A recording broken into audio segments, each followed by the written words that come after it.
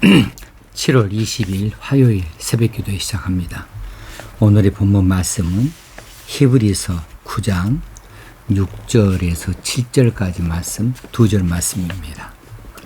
이 모든 것을 이같이 예비하였으니 제사장들이 항상 첫 장막에 들어가 섬기는 예식을 행하고 오직 둘째 장막은 대제사장이 홀로 1년에 한 번 들어가되 자기와 백성의 허물을 위하여 드리는 피 없이는 아니하나니. 아멘. 어제 드렸던 말씀은 9장 1절에서 5절까지 말씀으로 지상에 있는 성소의 구조에 대해서 그리고 그 안에 들어있는 기구들에 대해서 말씀을 살펴봤습니다. 그리고 그 모든 것에 관하여서 이제 낱낱이 말할 수 없노라 이 말씀을 가지고 말씀의 핵심 거기에만 집중하는 것을 말씀을 드렸고, 그 위에 부수적인 이야기들은 여기에 해당하지 아니하니까 그런 부분에 대하여서는 생략해 나아가는 것을 살펴보았습니다. 오늘 6절과 7절에서는 그 성소에서 행해졌던 제사 예법에 대하여서 언급을 하고 있습니다. 이 성막은 이 성소와 지성소로 구성이 되어져 있다 이렇게 말씀을 드렸고, 이 성막에서 드려지는 제사는 성소에서 드리는 제사, 지성소에서 드리는 제사 이 두 가지로 또 구분할 수가 있겠습니다. 성소에서 드리는 제사는 제사장들이 드리는 제사이고, 지성소에서 드리는 이 제사는 대제사장만이 드리는 제사라 이렇게 요약할 수가 있겠습니다. 이스라엘의 제사법은 매우 엄격해서 일일이 그것을 다 지켜야만 했어요. 제사장이 아닌 사람은 성소에 출입할 수가 없었고, 제사장이라 할지라도 지성소에는 출입이 금지되었고, 지성소에는 오직 대제사장만이 들어갈 수가 있었는데 그것도 1년에 딱 한 차례 한 번 들어갈 수 있었습니다. 성소에서 제사장들이 섬기는 일은 매일 아침, 저녁 두 차례 성소에 분향하는 일과 등불을 밝히는 일이 그들의 일이었고, 매 안식일마다 진설병, 떡이겠죠. 떡을 배설하는 거, 이 떡을 새 것으로 교체하는 일을 했습니다. 백성들이 이제 제사를 하기 위하여서 제물을 가지고 나올 때에 이 제사장들은 일주일에 한 번 이 제사를 성소에서 드릴 수 있었습니다.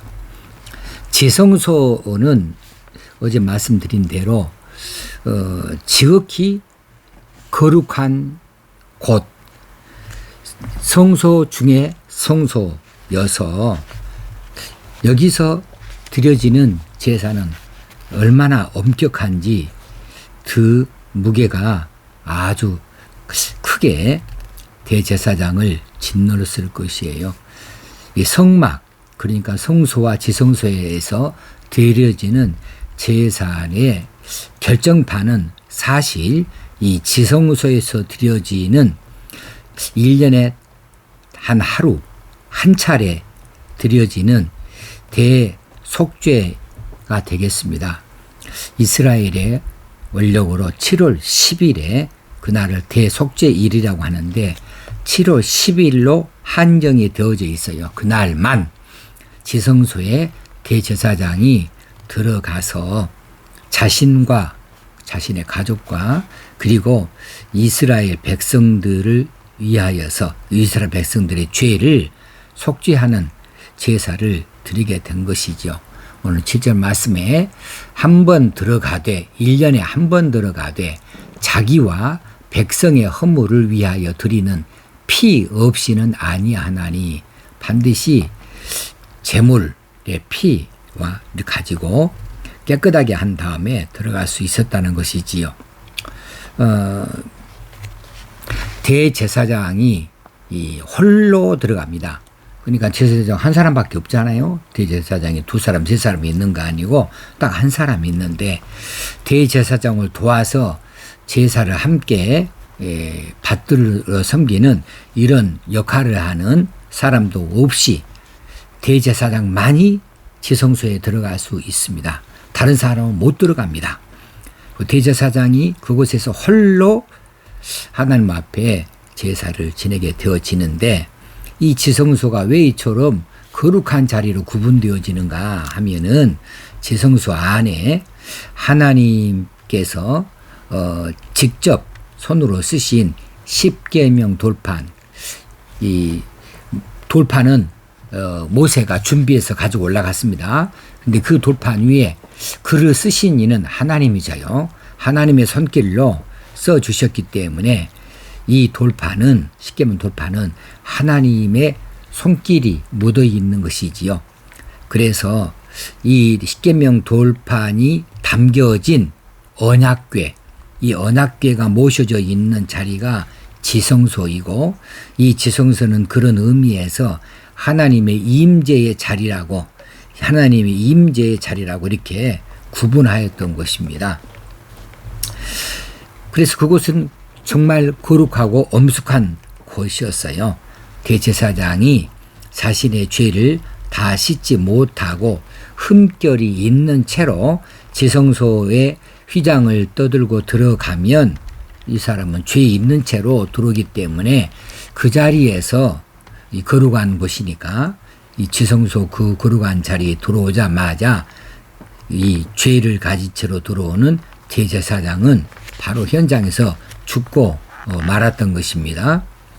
그래 이 대제사장이 지성소에 들어올 때에 자신의 죄를 깨끗하게 하기 위하여서 동물의 피를 흘려서 제사를 지내고 그리고 들어오게 되어져 있지요. 이 대제사장이 지성소 안에서 제사가 잘 진행되어지도록 그렇게 움직임이 있어야 되는데 그 제사장이 들어가서 죽었는지 살았는지 이 휘장 바깥에 있는 이들은 알 수가 없으므로 그것을 알게 하기 위해서 대제사장은 가슴에 방울을 달고 들어가게 되어져 있어요. 가슴에 방울이 달고 들어가니까 대제사장이 살아서 움직이고 있다고 한다면 그러면 방울 소리가 바깥에까지 울려나게 되겠지요. 방울 소리가 바깥에서까지 들려나게 되어질 때에 우리 대제사장이 제사를 잘 드리고 있구나 이렇게 이제 알아챌 수가 있겠고, 만약에 방울 소리가 그쳐서 더 이상 소리가 나지 않는다 그러면 대제사장이 죽었다는 거죠. 엎드려졌다는 것이죠. 그러니까 이 거룩한 자리에 시체를 둘 수 없으므로 이 시체를 끌어내야 돼요. 이 시체를 끌어내야 되는데 이제 대제사장이 이 백성들의 죄를 다 용서받기 전에 죽어버리고 나니까 백성들의 죄가 다 자신들에게 머물러 있는 그런 관계로 이제 지성소 휘장을 떠들고 들어가면 다 죽는 거예요. 누구든지 그 안에 들어가기만 하면 다 죽는 겁니다. 그러니 이 시체는 끌어내야 되겠고 들어가서 끄집어낼 수는 없고, 그러니까 대제사장이 지성소에 들어갈 때에는 가슴에 방울을 달 뿐만 아니라 방울에다가 끈을 매달아서 가슴에 묶고 그 끈의 길이를 길게 해가지고 이 휘장 바깥에까지 늘어뜨리고 들어가는 거죠. 만약에 거기 지성소에서 대제사장이 뜻하지 아니하게 죽고 말았다 그렇게 되어지면 방울 소리가 들리지 않는 거고, 그러면 바깥에 있는 이 제사장들이 이 끈을 그들이 잡고 있는 끈을 잡아 당겨서 대제사장 시체를 그 지성소에서 끌어내는 이런 시스템을 가지고 있었어요. 그만큼 이 지성소는 엄격하고 거룩한 자리라고 하는 사실입니다. 그만큼 참 온 정성을 다 드려야 되고 하나라도 잘못 되어져서는 있을 수 없는 자리라는 사실이죠. 그런데 이 지성소가 이렇게 넓은 것이 아니거든요. 성소는 가로가 약 4m 50, 세로가 약 9m인데 지성소는 그 반절이에요. 가로가 4m 50, 세로도 4m 50. 그러니까 그렇게 넓지는 않습니다. 이 자리에서 드려지는 이 제사가 이스라엘 온 백성들의 죄를 다 씻어내는 이런 제사가 드려지게 돼서 그 자리가 소중한 것이고 1년에 단 한 차례 드리는 제사지만 그 제사를 통하여서 하나님께서 그 백성들을 용서하시고 그 백성들은 하나님 앞에 나아갈 수 있게 되어졌다는 사실이죠. 이 지성소가 아니고도 성소에서도 거룩함을 유지하지 못할 경우에는 분향하는 도중에도 죽임을 당한 그런 기록들이 레위기서에 나와 있어요. 아론의 아들 나답과 아비후가 바로 그런 경우입니다. 이들은 하나님 앞에 제사를 지내다가 거룩하지 못한 자신들의 죄 때문에 인하여서 그곳에서 죽임을 당하고 말았어요. 하나님의 거룩함이 인간들에 대한 그 죄의 불결함을 용납할 수 없는 것을 우리에게 보여주고 있습니다. 자, 여기서 이렇게 정확하게 말씀을 드리는 것은 오늘 우리들이 얼마나 다행스러운가 행복한가에 대해서 얼마나 우리가 은혜를 입은 자들인가에 대해서 말씀을 드리고자 하는 것입니다. 예수 그리스도께서 대제사장으로서 온 백성들의 죄를 대신 지시고 십자가에서 죽으시고 그 제사를 집행하심으로 이 지성소, 이 엄격하기 짝이 없는 지성소, 이 휘장이 완전히 위에서 아래까지 갈라져 버리고 지성소가 활짝 열려나게 해 주셨다는 사실입니다. 그러므로 이제 대제사장만 들어가던 이 지성소는 없어요. 이제 누구든지 하나님 앞에 나아가서 하나님 존전에 나아가 엎드리고 예배할 수 있고 경배할 수 있고 기도할 수 있게 되어졌다는 사실입니다. 그동안에 지성소를 가로막았던 휘장, 이 휘장이 완전히 거치게 되어진 것은 예수님께서 십자가에서 세상의 모든 죄를 대신 지시고 이제 운명하실 때 그때에 바로 성소 휘장이 거치게 되어진 바로 그 순간이지요. 마가복음 15장 또 마태복음도 있지만은 예수께서 큰 소리를 지르시고 운명하시다. 이에 성소 휘장이 위로부터 아래까지 찢어져 둘이 되니라. 이제 성소에 가로막고 있던 휘장이 더 이상 필요 없이 되어졌어요. 예수님의 십자가 공로가 그것을 다 없이 해버렸어요. 그래서 이제는 제사장이든지 대제사장인데 필요 없습니다. 이제는 제물도 필요가 없습니다. 이제는 예수의 이름으로 그 휘장을 다 없이 해주신 우리의 죄를 다 깨끗하게 해주신 그 예수의 이름만 가지고 하나님 앞에 나아갈 수 있고 하나님을 만나 뵐 수 있게 된 것이지요. 구약시대에 그렇게 엄중하던 지성소가 그리고 특별한 사람만이 들어가던 그곳이 우리에게는 이제는 아주 쉬운 자리가 되고 말았습니다. 예수 그리스도 십자가 공로로 말미암아 완전히 개방이 되어졌다는 사실입니다. 그래서 우리는 이제 이 하나님을 만나 뵙는 특권을 옛날의 대제사장처럼 가지고 있어요. 누구든지 이런 특권을 가지고 있습니다. 누구든지 예수 믿으면 예수 이름으로 옛날에 대제사장이나 들어가던 이 지성소를 우리는 마음대로 드나들 수가 있고 어느 곳에서든지 하나님 앞에 무릎 꿇고 하나님과 교제할 수 있는 시대에 우리가 살고 있다는 사실입니다. 그러니 이것은 구약 시대의 지성소를 생각해 봤을 때에 또 그 제사 제도 그 방법을 생각해 봤을 때 우리는 얼마나 쉽게 하는가, 얼마나 행복한가. 그래서 그 감격을 한번 비유해 보고자 말씀을 드린 것이지요. 자, 우리가 개별적으로 하루에 하나님 앞에 말씀을 묵상하고 읽고 묵상하고 기도하고 찬송하는 중에 하나님을 만나 뵙습니다. 어느 곳에서든 상관이 없습니다. 어느 때든지 상관이 없습니다. 상관없이 이제 우리는 하나님 앞에 나아갈 수 있어요. 구약시대라면 어림없는 이야기입니다. 이제는 제사도 필요 없어요. 이제는 제물도 필요 없어요. 동물 데리고 갈 필요 없어요. 이제는 피 비린다 필요 없어요. 이제는 대제사장은 불러낼 필요도 없어요. 이제는 어느 날을 기다릴 필요도 없어요. 이제는 단지 우리를 위해서 십자가에서 대신 죽어주신 예수 그리스도, 우리의 죄를 다 깨끗하게 해주신 그 예수 그리스도의 이름만 가지고 있으면 언제든지 어느 곳에서든지 우리가 하나님을 만나 뵐 수가 있다는 사실입니다.